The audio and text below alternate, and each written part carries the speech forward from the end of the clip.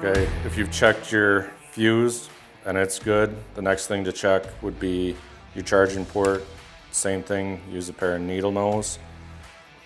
Lift up on the plastic, not the wire, to release them.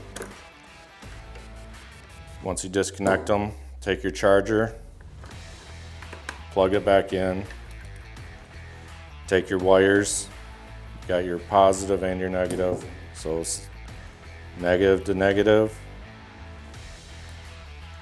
positive to positive.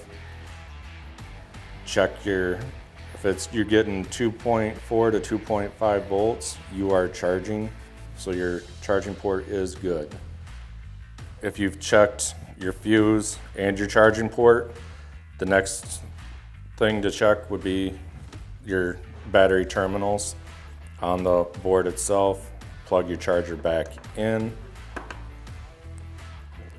Once you charge or plug your charger in and your charging ports are hooked back up, take your negative and your positive, and then look at your multimeter and make sure you're getting 2.4 to 2.5 volts off of that.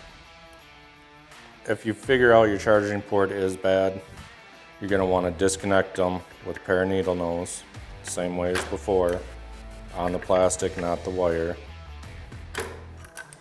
Once you get those disconnected, you can take a wrench counterclockwise, take the nut off,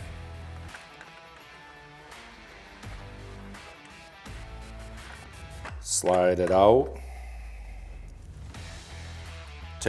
get the new one that you know is good, put it back in, take the little washer, put the washer on, take the nut, put the nut on, tighten it like you would a normal bolt. You just don't want to over tighten it, so once you get it hand tight, you just want to do a quarter turn after that.